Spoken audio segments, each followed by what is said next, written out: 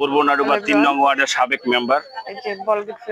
তো আমার এই সমাজেই অর্থাৎ হলো ওকুলুদ্দিন মুন্সির কান্দি, এখানে আমরা 200 পরিবারের বেশি আছি এবং আশেপাশে কিছু লোক আছে আলমখার কান্দি, পৈলন মোল্লার কান্দি। আমরা মোটামুটি প্রায় 500-700 ফ্যামিলি বা 500-700 পরিবার আমরা এই জায়গাটার ভিতরে বসবাস করি। তো আমরা একেবারে পদ্মা সেতুর অতি নিকটে আমাদের বাড়িঘর। এই পদ্মা সেতুর অতি নিকটের থাকা অবস্থায়ও হাজার হাজার কোটি টাকা খরচ করছে বাংলাদেশ সরকার, এবং এই খরচ করার পর আমরা এত নিকটে থাকার পর আমরা তেমন একটা শান্তিতে বসবাস করতে পারতেছি না। কারণ আমরা এই পদ্মা সেতুর কাছের মানুষ। এখান থেকে দেখেন নড়িয়া পর্যন্ত একটা বেড়িবাঁধের প্রজেক্ট পাস হয়েছে, এটা আপনারা জানেন। এই প্রজেক্টের আমরা নড়িয়া থেকে প্রায় আপনার পালেরচর পর্যন্ত কাজ অর্ধেক পরিমাণ চলমান। আর আমাকে এই জায়গায় একটা বস্তা জিও ব্যাগ যেটা বলে, এই জিও ব্যাগটা পর্যন্ত এই পর্যন্ত আমরা পাইনি। আমাদের কন্ট্রাক্টর যে নিচে ওনার কোনো খোঁজ খবর নাই, অথচ অন্য অন্য সাইডের মানুষ মনে করেন বেড়িবাঁধের ডাম্পিং এর কাজ তো ক্লিয়ারই, প্লাস ওই যে যেটা কি বলে ব্লকের কাজটাও তাদের মানে অর্ধেক পরিমাণ গুছাইন্য হয়ে গেছে। আমরা এই পর্যন্ত এক ব্যাগ জিও ব্যাগও পাই নাই। দুঃখের বিষয়।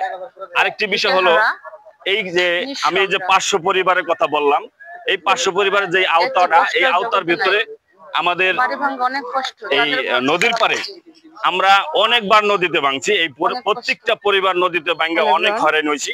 এরপরে যাই হোক, আল্লাহ আমাদের এখনো একটু রাখছে, ভিটামাটির ঠিকানাটা, বাবা মার ঠিকানা এখনো কিছুটা আছে।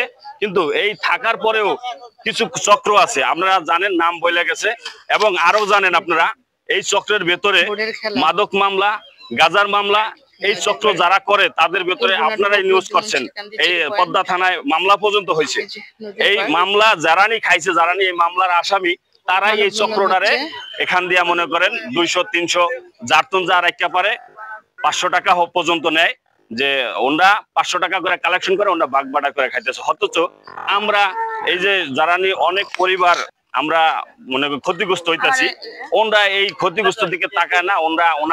অনেকভাবে রিকোয়েস্ট করা হয়েছে, কারণ আমাদের কথা হলো আমরা এলাকা ভিত্তিক লোক, ওনরাও এলাকা ভিত্তিক লোক, ওনাদের সাথে আমরা ফাইটিং এ যেতে চাই না। আমরা চাই সরকারি ভাবে, প্রশাসনিক ভাবে আপনারা নিউজ যারা করতেছেন, সাংবাদিক ভাইরা, আপনাদের মাধ্যমে আমরা ওনাদের এই জিনিসটা যাতে নিরস করতে পারি। আমরা আপনাদের কাছেই অন্তপক্ষে এই এলাকার সকলের পক্ষ থেকে আমার জোর দাবি, আপনারা এটা যাতে নিরস হয় এই ব্যবস্থাটাই করে দিবেন। এটাই আমার একলা কথা না, এটা এই অত্র এলাকার সকলের কথা। এই বলে আমি শেষ করছি। আল্লাহ হাফেজ। ইউনো বরাবর মৌখিক ভাবে বলা হয়েছে, এবং ইউনো ম্যাডাম এখানে মিটিং পর্যন্ত করে গেছে, অনেক উপস্থিত ছিল, এবং সেই জায়গায় তারও মনে করেন পদক্ষেপ যে সেই জায়গায় কাজ বলগেট বিরাইতে দিব না, এবং বলগেটটি আরো ওই যে আমরা কি ওইটা 0 পয়েন্টের ওদিকে রাখতো, ওই যে পুরান ঘাট, মাঝির ঘাট যেটা, ওইখান থেকে দাওয়া পাল্টা দেওয়ার পরে এখন এদিকে মনে করেন পুরা বাসা বাড়িতে